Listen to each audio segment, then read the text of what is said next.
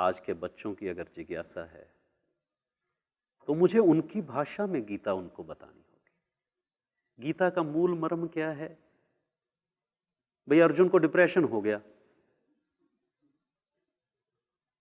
हो जाता है, बड़ा सज धज के सब बंदूक बंदाक सब न्यूक्लियर वेपन अपने अपने लेकर गए, और उसके बाद जब वो वहां जाकर खड़ा हुआ तो उसने कहा भाई सब माहौल तो देख लूं मैं, किस तरफ से कौन आया है। तो अर्जुन जाके बीच में खड़े हो ले गए रथ को। तो वहां पर देखते हैं कजन्स, चाचे, मामे, ससुर, गुरुजन, तो भाव उमड़ आए।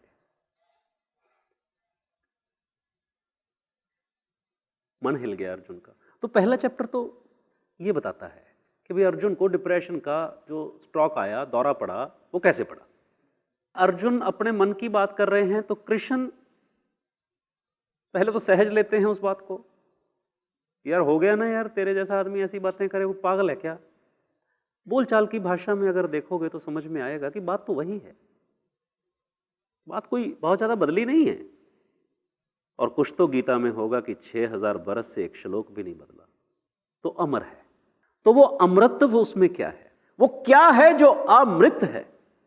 पूरी गीता में अर्जुन को कृष्ण कहते हैं, अर्जुन तुम्हारा जो मूल सब भाव है, सब भाव स्वयं का भाव,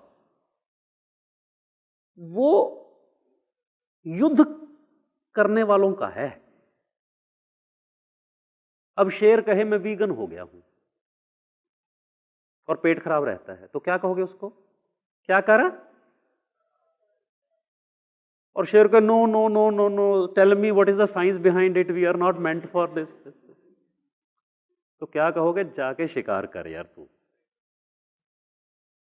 और भेड़ कहे कि बहुत अत्याचार हुए हैं,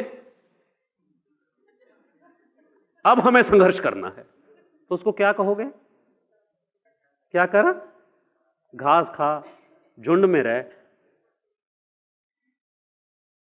मूंडने के लिए तैयार रहे, तेरे को जब चाहे हम मूंड लें, यही तो कहोगे ना।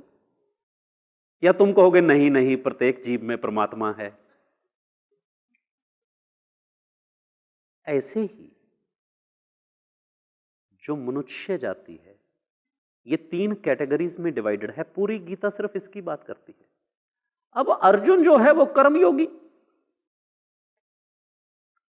कर्मयोगी कौन होता है, जो एंटरप्रेन्योर है, जो फैक्ट्री ओनर है, वो कर्मयोगी है। उसको तुम बताओ कि भाई ऐसा ऐसा ऐसा ऐसा करके ऐसा करके ऐसा करके ऐसा होता है, वो कहेगा भाई साहब तो आप ही भर दो, टैक्स कंप्लायंस सीए जो हो ना, यार मेरे को मत सिखाना, तेरे कर देना, तेरा काम है ना, मेरे को बता यार, मैं तेरी पूर्ति के लिए मैं क्या करूं। कौन होगा वो, कर्मयोगी। अर्जुन कौन था, तो ईश्वर उसको क्या कह रहे हैं, क्या कह रहे हैं, तू वो कर जो तेरा स्वभाव है, तू शेर है तो शिकार कर, भेड़ों को भजन करने दे।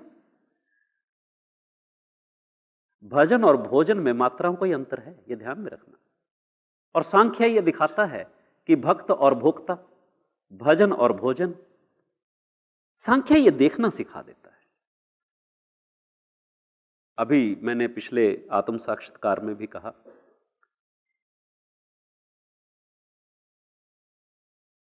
कि एक अर्जुन को जब मैंने चौक पे गीता बेचते देखा तो मेरे से रहा नहीं गया। और मैं उन सब अर्जुनों को यह बताना चाहता हूं कि शस्त्र उठा। तो अर्जुन 18वें अध्याय के 54वें श्लोक में कहता है मुझे क्या करना है। बड़ी सुंदर बात कहते हैं कृष्ण, योगेश्वर हैं, ईश्वर हैं। क्या कहते हैं, अर्जुन मैंने तेरे को क्या समझाया